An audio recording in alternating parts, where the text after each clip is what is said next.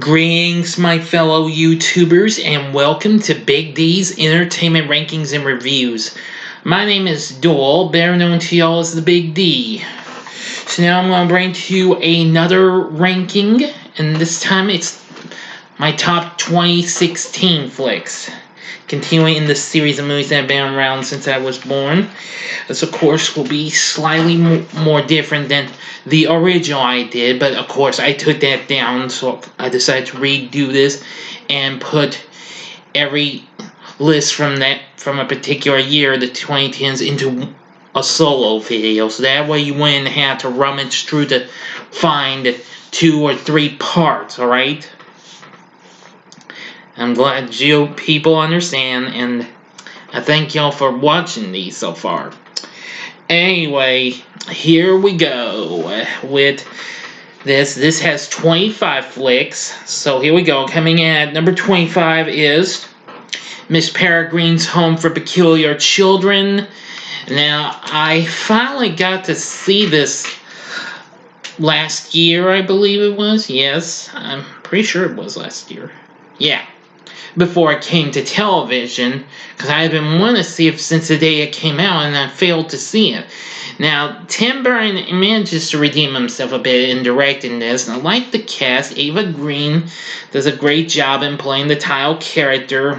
All of these here, mysterious kids with special powers and abilities, and that was pretty surprising too. It's not too bad. It's a bit underrated, though. But it's number 25. I've never read the books, but I've looked at them, though. So anyway, now number 24 is The Legend of Tarzan. I think this movie's pretty good. I mean, I went and saw it. And Alexander Skarsgård did an absolute good job in playing Tarzan. I like Margot Robbie's portrayal of Jane. Samuel L. Jackson. The rest of the cast wasn't too bad here. This is sort of underrated too, but heck, this is absolutely real good. David Yates, it had been years since he had directed the Harry Potter franchise and its spin-offs, which we'll see where that one winds up. Of course, Fantastic Beasts. But anyway, Legend of Tarzan's not too bad. You ought to check it out. So anyway, that's number 24, and number 23 is, I'm sorry this is way low on here, and that would be Moana. It's good and all. It just didn't quite grow on with me when I saw it a few years ago. But it's not too bad of a Disney flick. Well, the Tile character was good, and the big guy with all them tattoos, voiced by Dwayne Johnson, that was real good. Moana was pretty decent and all, and that's number 23. And number 22 is Jason Bourne. Now, this is a good comeback for Matt Damon as the Tile character of Jason Bourne, since he played that character in 3 out of the 4 movies that came out. Of course, the one he was in was The Bourne Legacy. But anyway, this proved to have the same action we got in all those other movies, so I have to give credit for that, and that was a good movie and all. So Jason Bourne is number 22, and number 21 is, some of y'all are gonna hate me for having this one low like Moana, and that would be Finding Dory. Well, it's good in ways, but I don't hate it. I said it's good and all, but it's not quite as good as Finding Nemo, though. No offense, because I liked Finding Nemo a bit more than I did with this one.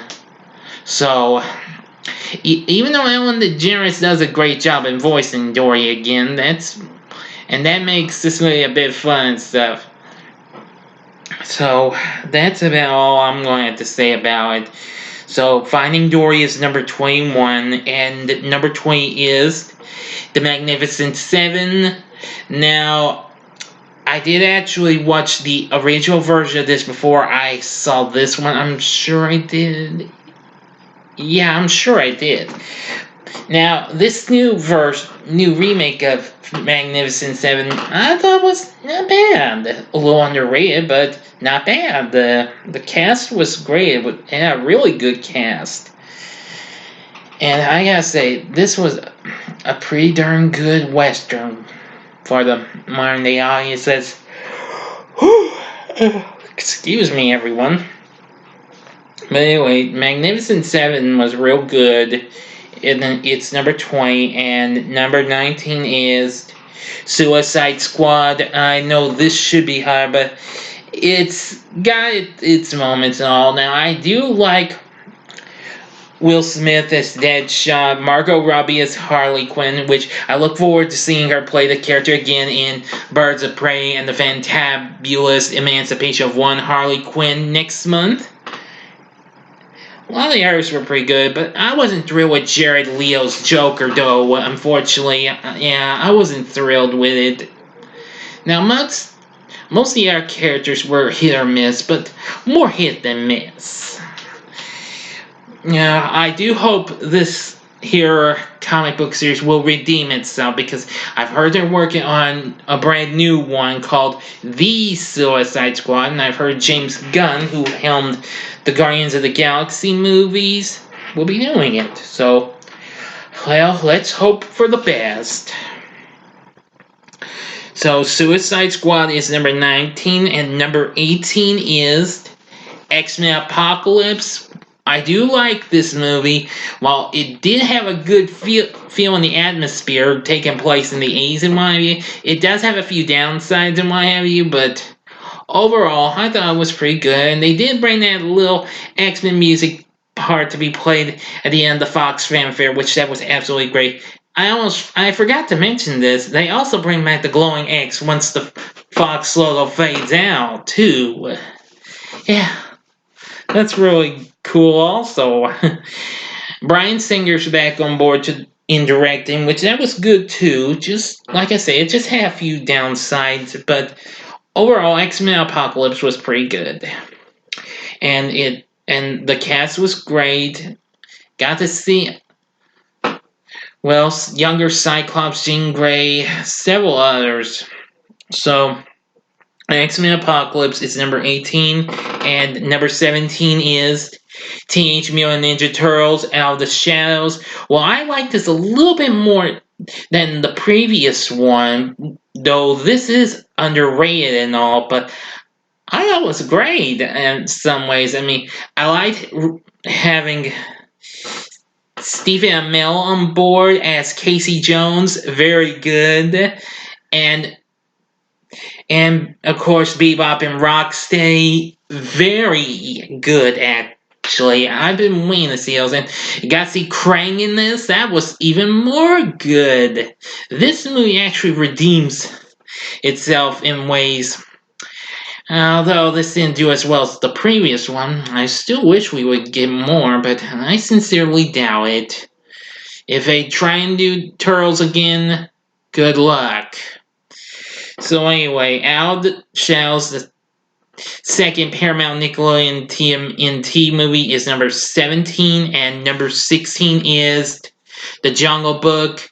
Now, at first, I didn't want to see this. I had some real negatives with this. I was still not thrilled with them using a woman's voice and having Scarlett Johansson do her. She's alright in ways, but not that good. I preferred Sterling Holloway in the original anime one. Heck, I even liked Jim Cummings' voice in the wonderful sequel to that animated movie. And at first, I also didn't feel too thrilled with Bill Murray doing Baloo, but he proved me wrong. At least I got to hear Bare Necessities, which that was a little bit, and that was slightly a relief. Ben Kingsley, not quite bad as Bagheera. Yeah. Let me see. I'm trying to remember some stuff here. The rest of the cast was was good in ways.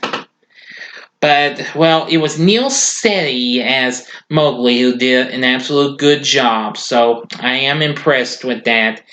Jon Favreau did a good job of directing, even though I was thinking of seeing his remake of The Lion King, but I turned it down because it had gotten some criticism being a shot-for-shot remake, make it look just like a live action telling of the actual animated movie and make it look like a National Geographic special or something like that.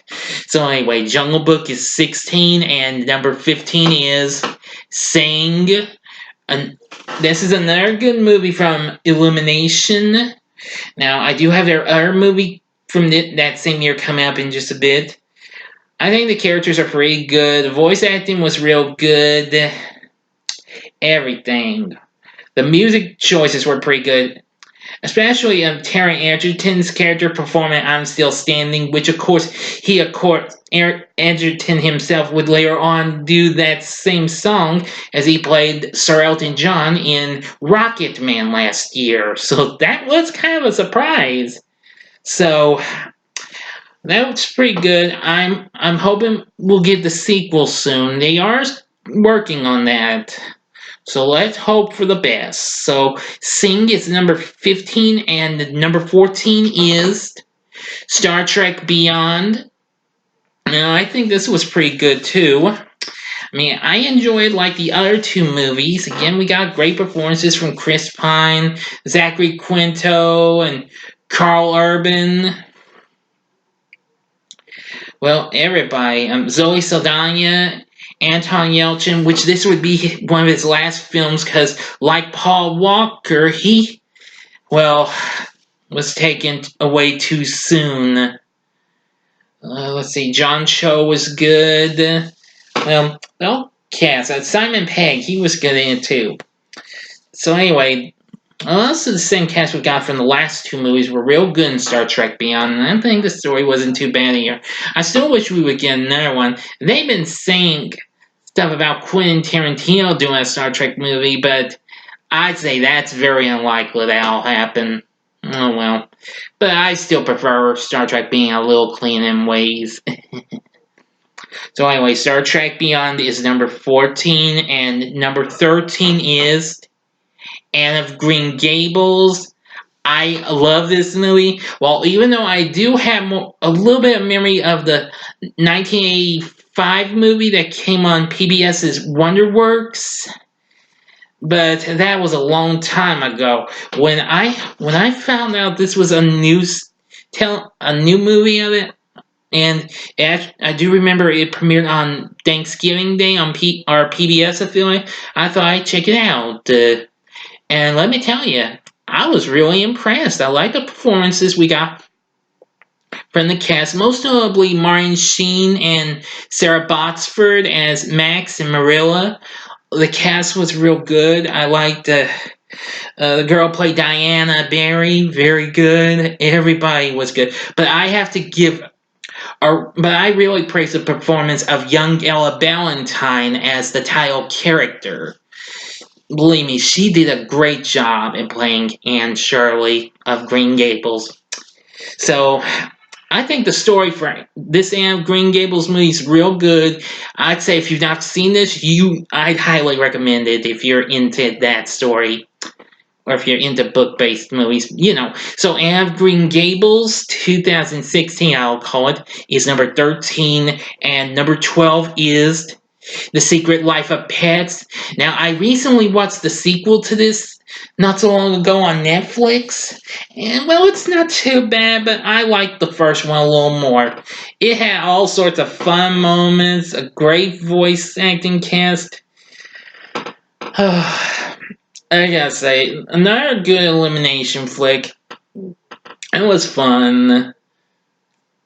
I just say all the characters were just absolutely funny and all. Just seeing the dogs, the cats, even the little bunny rabbit, who I do know was voiced by Kevin Hart. I believe, yes, yeah, it was Kevin Hart. Well, they were all great. The voice acting cast was great, and the story was great too. So, Secret Life of Pets 2 is number 12, and number 11 is Rogue One, a Star Wars story. Now, I thought this was good in ways, yes. I mean, now this is a good potential, well, part of the Star Wars anthology, bridging the gap, well, between Revenge of the Sith and A New Hope, as this young lady's about to try and get the plans for the Death Star and what have you. So, well, some of the characters were hit or miss and what have you, but even so, but I should say it's more hit than miss. So the story's not too bad. Rogue One is a pretty good story in the Star Wars anthology, and so it's number 11 on my 2016 flick ranking. Okay, now please excuse me for a minute. I'll be right back. Okay, I'm back. Now then, back to the countdown. Number 10 is Batman v Superman: Dawn of Justice. Sorry, this is low. This movie has its moments and what have you, but it has some downsides though. I mean, lots of people weren't too thrilled with it, just as they were with Suicide Squad, but I was one of the main moviegoers who really wanted to see this. Anyway, Henry Cavill, Ben Affleck, real good in their roles of Superman and Batman. Gal Gadot makes her first appearance in the DCEU as Wonder Woman before getting her own flick the following year. So, and we get to see teaser pictures of, well, some of the other heroes we would get to see in Justice League, which would also come out the following year. But anyway, it wasn't too bad. There were just some things I wasn't too thrilled with. Most notably, Jesse Eisenberg as Lex Luthor. I was not thrilled with that. I didn't like his portrayal of the character, so unfortunately, but anyway, Batman v Superman is good and all. I still would like to see the special R-rated version of this. We'll see sometime in the future. But anyway, Batman v Superman: Dawn of Justice is number 10. And number 9 is The Conjuring 2. Now, after I got my double feature set earlier this week, I had watched it, and I liked this just as much as I did with the first Conjuring. Let's see now. Patrick Wilson and Vera Farmiga once again return as Ed and Lorraine Warren, and they head off to England to save this family because one of their kids is starting to be like possessed or something, kind of like what happened with Reagan in The Exorcist. Yeah, but this didn't scare me much at all, like the first one. Nope, it certainly didn't. So, I absolutely did think The Conjuring 2 was good as well. James Wan, once again, did a great job in directing. The cast was exceptionally good, just like the first. Well, counting the new ones, the family, the Warrens, well, helped out, of course. But anyway, I think The Conjuring 2 is very good, and it's number 9. And number 8 is Kung Fu Panda 3. I like this just as much as the other two movies. Jack Black, once again, did a great job as Poe. We got Angelina Jolie, Dustin Hoffman. Rest of the cast back to do their characters. I liked the bad guy of the movie. And it was all good to close this franchise. So, I liked Kung Fu Panda 3. Never saw the new animated series that's on Prime, though. It looks nice, but I don't know. But Kung Fu Panda 3 is definitely a great movie, and it's number 8, and number 7 is, oh boy, I know I'm probably going to get controversy for having this high. Ghostbusters, Answer the Call. Yes, I know lots of you people were not thrilled with this movie. Yeah, I can understand. But I actually liked it. It did have a few moments and what have you. Chris Hemsworth was, kind of a little, at times, well, playing this sort of receptionist character to the female Ghostbusters. Melissa McCarthy, absolutely hysterical. Kristen Wiig, very good. Oh, and the other two were absolutely funny as well. But but look on the bright side. At least it was great seeing the cameos from the surviving Ghostbusters stars. Well, most of them anyway. Of course, Bill Murray, Dan Aykroyd, Ernie Hudson, and Sigourney Weaver. So, I thought it was good. I mean, the music's absolutely good. Hearing, different versions of the Ghostbusters music, that wasn't too bad. So all y'all, please don't hate me for having this up so high, okay? Ghostbusters Answer the Call. That's number 7. Now, I am looking forward to the real third Ghostbusters movie in the timeline overall, and of course that would be Ghostbusters Afterlife, which opens this summer. I'm looking forward to that, so I'll be ready for that. Alright, now I'm back to the countdown. Number 6 is Trolls. Definitely a good movie from DreamWorks. I must say I was impressed with Anna Kendrick and Justin Timberlake's performances and all the other voice actors. I'm looking forward to seeing their new movie come up later on this year, Trolls World Tour, which opens this April. I think that one's going to be even more fun. Now, I am going to try and rewatch Trolls and review it later on this year, so in order to promote the release of that movie. So be on the lookout for it. I just thought it was very cute and absolutely fun.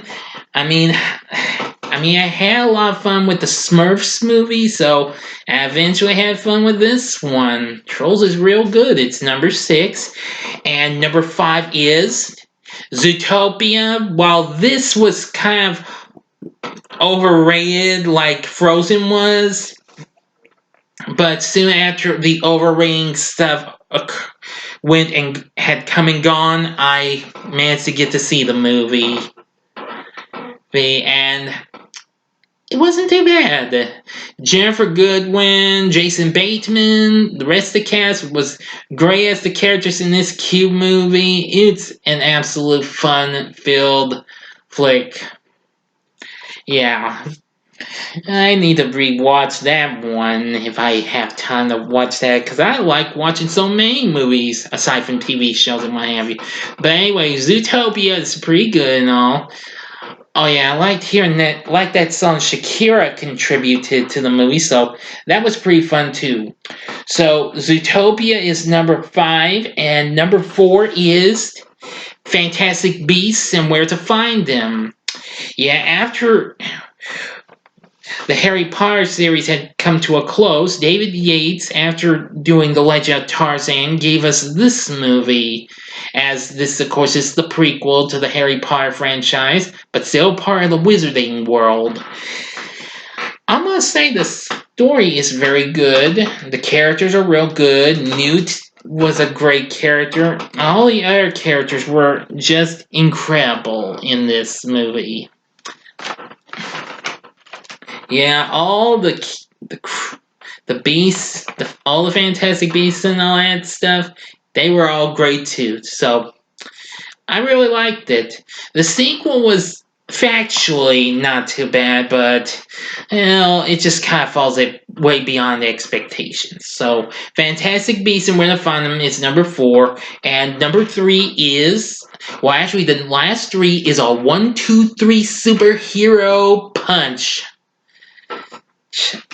And number 3 is Doctor Strange. Now, I gotta rewatch this sometime. I thought this movie was not too bad. The movie is a little underrated like Ant-Man was the previous year, but nevertheless, I loved the movie, though.